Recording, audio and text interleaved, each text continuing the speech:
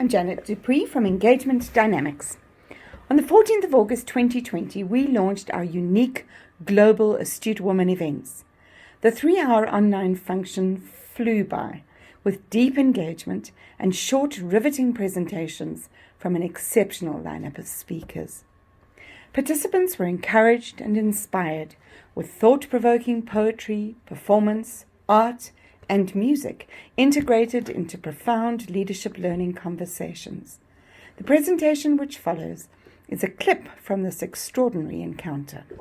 So I want to tell you about Dr. Shirley Lloyd, whom I met studying my master's at the Da Vinci Institute. She describes herself as an educator, a public servant, an activist, and a social entrepreneur.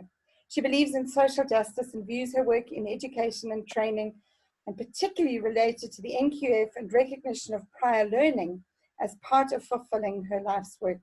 She's very recently retired from the position of director of the NQF Directorate in DHET, which was a position that she valued and enjoyed.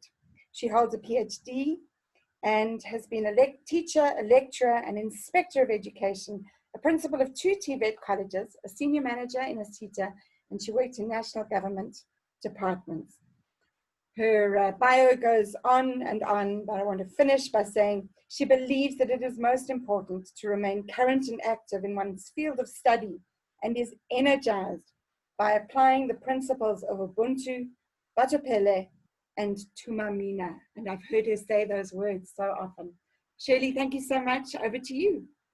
Thank you.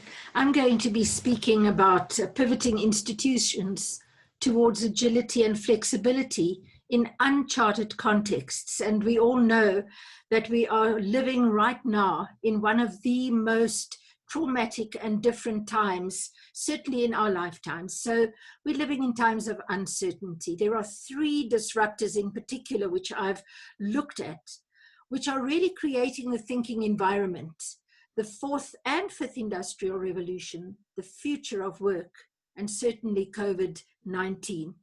And these 3 big disruptors are creating a situation where we have to think differently, and a thinking environment has to be created. So if we have a look at the disrupted system that we have right now, we know that economic and emotional challenges cannot be addressed anymore by the existing systems. We got used to a way of being, and I don't believe we're emerging into a new normal. I think that there are a new set of rules that we have to learn as we go. They're difficult to observe directly. We have to learn to think beyond immediate survival.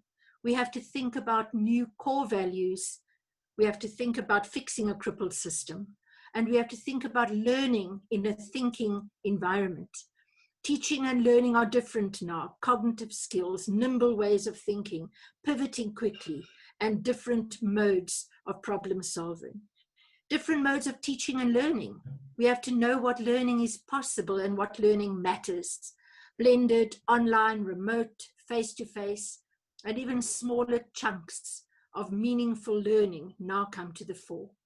So we're now entering a phase where it's not what we want to learn when we want to, but it's just in time rather than just in case education. And suddenly there's a global identity we all have, no longer tied to one institution. The 4th industrial revolution is very interesting because it focuses on the Internet of Things, smart technology, etc. But it does not focus sufficiently on the human cost resulting from the optimization of technology. Whereas the 5th industrial revolution, which is emerging, has a strong focus on saving the environment and a balance between people and technology, and shaping the role of women more than in the past. So if we look at the 5th industrial revolution, it's merging with the physical world in cooperation with human intelligence. For example, in 3 areas: intelligent automation, devices, and intelligent systems. So it's a different framework. It also provides us with a refocusing on moral clarity and a refocusing on the ethical principles of what we do and our ethical behavior in when we do things. The future of work is another big disruptor, and there's no universally accepted definition of exactly what this encompasses and what the most relevant drivers of the future of work are. There are scholars who have already started looking at it, and they suggest 5 things: the future of jobs, the quality of jobs, addressing income inequality, social protection systems, and social dialogue within an industrial relations environment.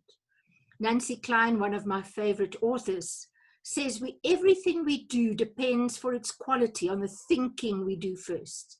And we need to ask questions now to remove assumptions and craft our questions with precision and luster. So what are the skills going to be in a new thinking environment? What do we as educationists need to look at to develop?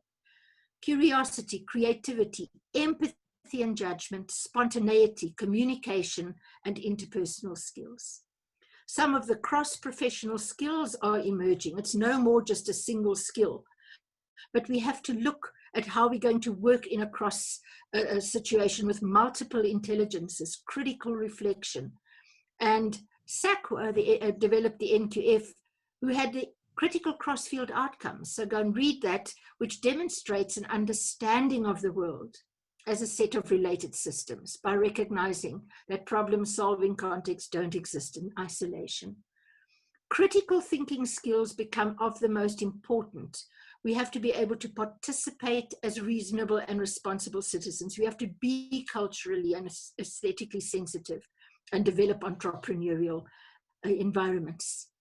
The re-emergence of the African philosophy of Ubuntu, which expresses shared humanity and mutuality in the belief that I am because you are. And finally, in closing, we have to realize that the more we know about how people think and learn, the better we can design learning activities and outcomes that can prepare people to live full and engaging lives in today's world.